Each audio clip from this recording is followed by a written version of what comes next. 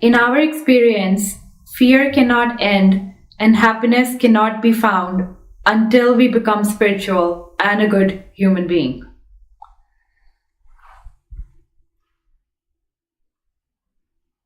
The two things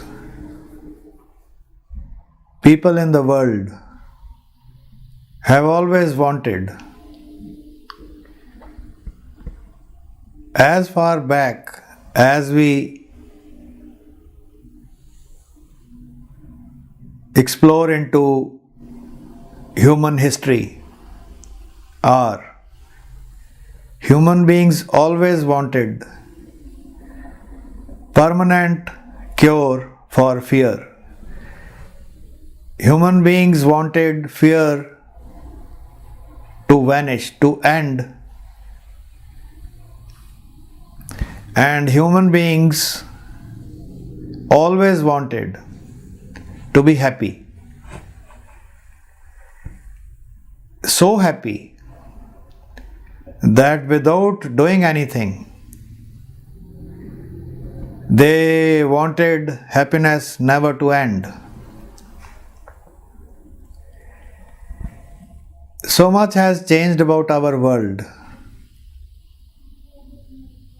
As human beings evolved, these two things are still the same. Even today, everyone wants fear to end, and everyone wants to be happy. But both these things are not happening. Neither fear is ending, nor they can find happiness. In fact, if we closely look at evolution, human evolution, one has grown, one has lessened, which shows something is seriously wrong. So, out of the two, which one has grown? Fear has grown. And which one has lessened? Happiness has lessened. So, what happened? A question arises. As human beings evolved, they became proud, they became arrogant, they became faithless, they became mistrusting, they became selfish. They started defending against nature because they started fearing nature. They began viewing God as irrational. By God I mean the infinite spiritual reality, the supreme reality. When human beings either started not accepting their source reality or fearing it, and their pride, out of their pride, began thinking they can acquire enough power to defend without accepting or connecting or relating with the supreme reality, as well find happiness by growing ways to be happy. These degenerations took place, and the result is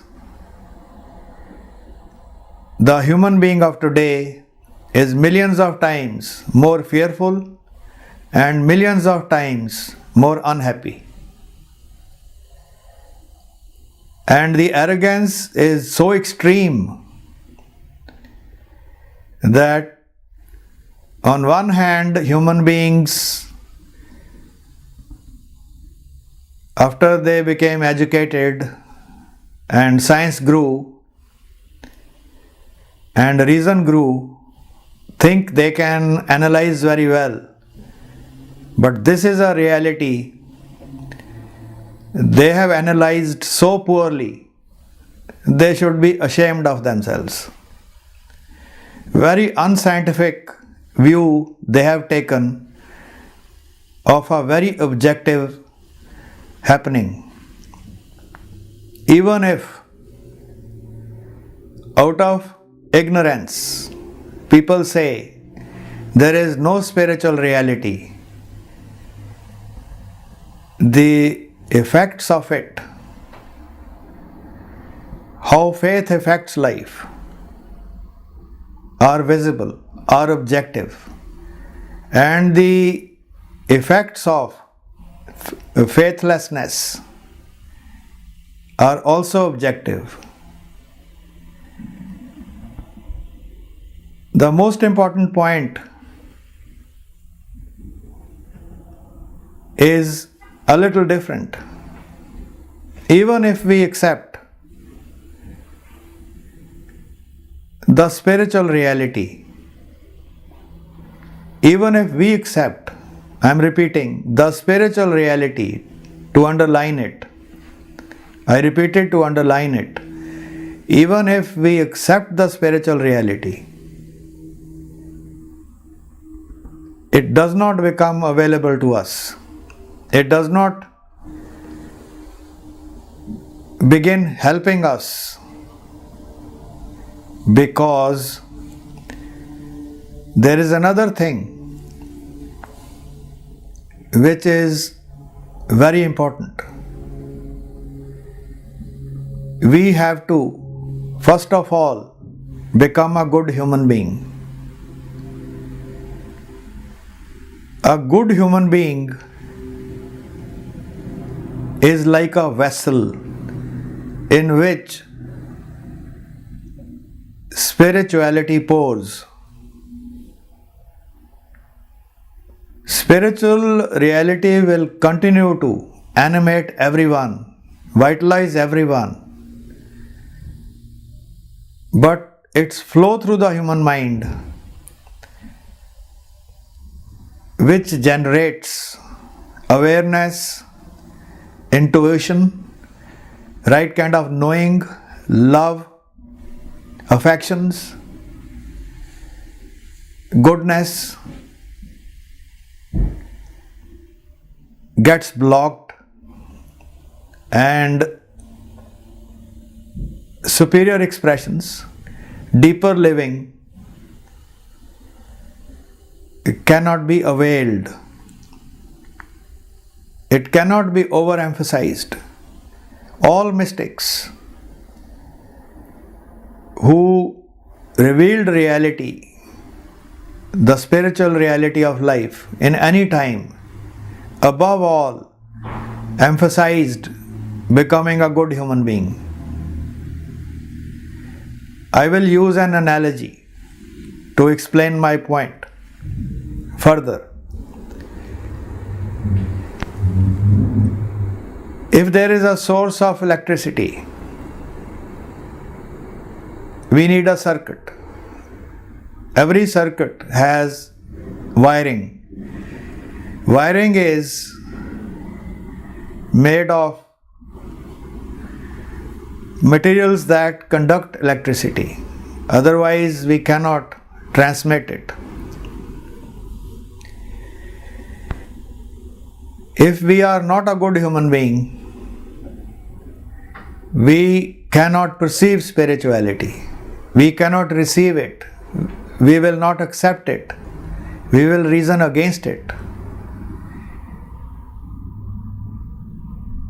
Spiritual power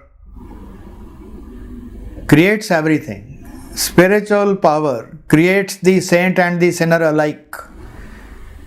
But the difference is in expressions. The difference is in trust. The difference is in contentment. The difference is in happiness. The difference is in clarity about the purpose of life.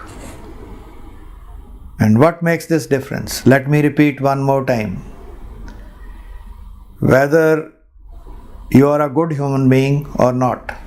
So first of all, purify yourself and become a good human being. I have come across in my work, in the work of Supreme Reality Caravan, as we travel to meet people. In the current times, spiritual people that we have come across are the most arrogant. I have experienced better human beings amongst the non-spiritual. I have even met better human beings who were atheists than those who claim to be believers, who are religious, or who think they are spiritual through New Age spirituality. So regardless how we approach spiritual reality, one thing everyone needs to become a good human being.